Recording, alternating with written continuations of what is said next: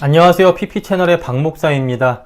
고대 이스라엘 부근의 나라들은 힘이 센 나라하고 힘이 약한 나라가 주종관계, 그러니까 주인과 종의 관계를 맺었습니다.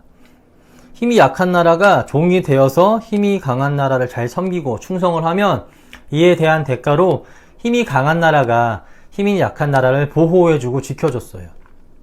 이때 힘이 약한, 그러니까 섬기는 종으로 있던 나라가 충성을 잘하고 또 국력이 높아지잖아요. 그러면은 다스리던 주인 나라의 명예가요, 주변국들 가운데 굉장히 높아졌습니다. 저 나라는 힘이 센가 봐, 잘 지켜주네, 또는 덕이 많나 봐, 잘 베푸네, 우리도 저 나라 섬길까. 아마도 이런 식이었을 것입니다. 이렇게 명예가 높아졌어요. 그래서 힘이 센 나라는 자기의 명예를 지키기 위해서 힘이 약한 나라를 지켜주고 보호해줬습니다.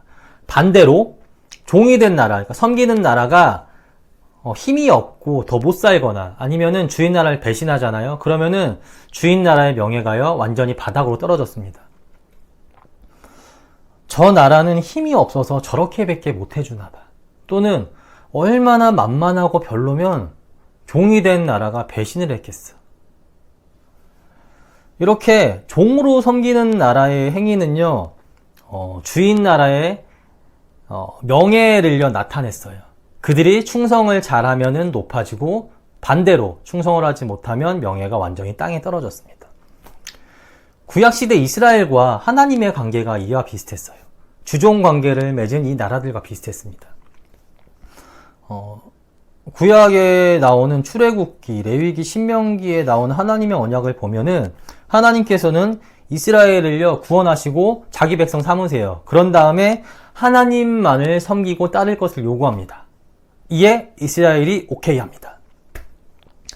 그 후 하나님께서는 자신의 뜻을 담은 율법을 주시며 이를 잘 지키고 또 나만 섬기면 하나님께서 복을 주시고요, 보호해 주시겠다고 약속하십니다. 이스라엘은 이 약속에 따라서 하나님만을 섬기고 또 하나님 말씀을 잘 따라야 했고, 그러므로 하나님이 약속한 대로 주신 복을 받아 부강하게 사는 것이 주인이신 하나님의 명예를 높이는 방법이었습니다. 반대로 하나님이 아니라 다른 신, 다른 왕을 섬기거나 지속적으로 하나님의 말씀을 듣지 않아서 벌을 받아서 나라가 약해지고 다른 나라의 침범을 받잖아요. 그러면은 그건 하나님의 명예를 완전히 땅바닥으로 떨어뜨리는 것이었습니다. 하나님을 믿는데 저 나라는 왜 이렇게 약하지? 아니, 하나님 믿는다면서 왜 다른 우상도 섬기는 거야? 하나님이 능력이 없어? 아니면 하나님 믿는데 저렇게 부도덕하게 행동해도 돼?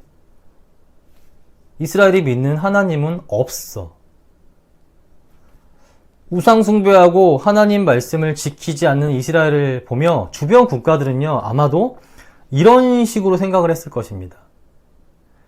이게 저만의 추측이 아니고요, 성경에 보면 이와 비슷한 내용이 나와 있어요. 열왕기하 18장에 보면 아수르라는 나라가 남유다를 침공을 하는데요, 이때 아수르 나라의 관리인 랍사게가 하나님을 모욕하는 말을 합니다. 열왕기하 18장 35절입니다. 민족의 모든 신들 중에 누가 그의 땅을 내 손에서 건졌기에 여호와가 예루살렘을 내 손에서 건지겠느냐. 뭐라고 합니까? 하나님께서 능력이 없어서 내 손, 그러니까 아수르 왕의 손에서 이스라엘을 지켜주지 못한다고 말합니다. 이스라엘의 우상 숭배와 불순종으로 인해서 하나님의 심판으로 인해서 지금 나라가 약해져서 지금 다른 나라 아수르의 침략을 받은 거잖아요.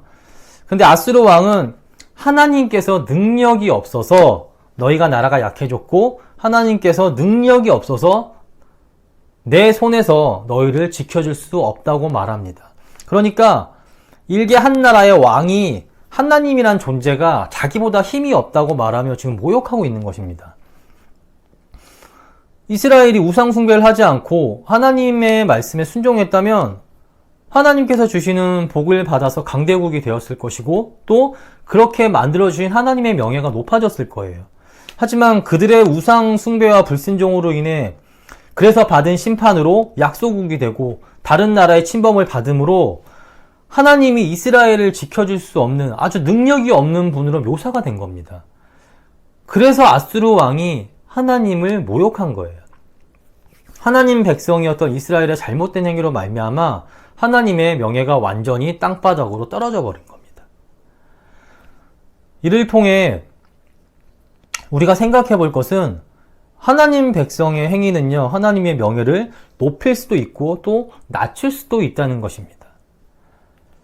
우리 기독교가 세상에서 비난을 받는 이유가 뭐 핍박을 받아서 그런 것도 있지만 사실 우리가 하나님 말씀대로 살지 못했기 때문이기도 해요.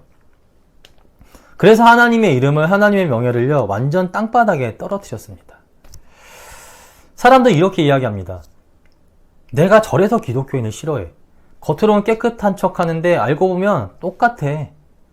아니, 오히려 더 심해. 세상에 악한 사람들보다 더 심한데 어떻게 내가 기독교인을 좋아하겠어? 또는 아니, 하나님 믿는 사람들이 어떻게 저렇게 부도덕하게 행동해? 내가 보기엔 하나님이 없는 것 같아. 우리 믿는 자들의 잘못된 행위가요, 나 자신뿐만이 아니라 이렇게 하나님 자체를 비난받게 만들어버립니다.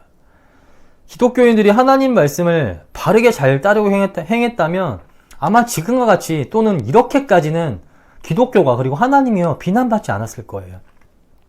목회자들의 횡령, 세습, 부도덕한 행위, 이런 내용들이요 뉴스에 심심치 않게 등장합니다. 목회자뿐 아닙니다. 성도들도 마찬가지예요. 세상 속에서 살아가는 사람들보다 더 악하게 행하는 사람들이 있어요. 그러면은 이를 보고 하나님을 믿지 않는 사람들이 뭐라고 하겠습니까? 당연히 비난을 하겠죠. 이렇게 행하는데 비난하지 않는 게 더 이상한 겁니다. 그렇게 기독교를 비난한 사람들을 뭐라 하기 전에 우리가 먼저 기독교 내에서요 스스로 자정할 필요가 있습니다.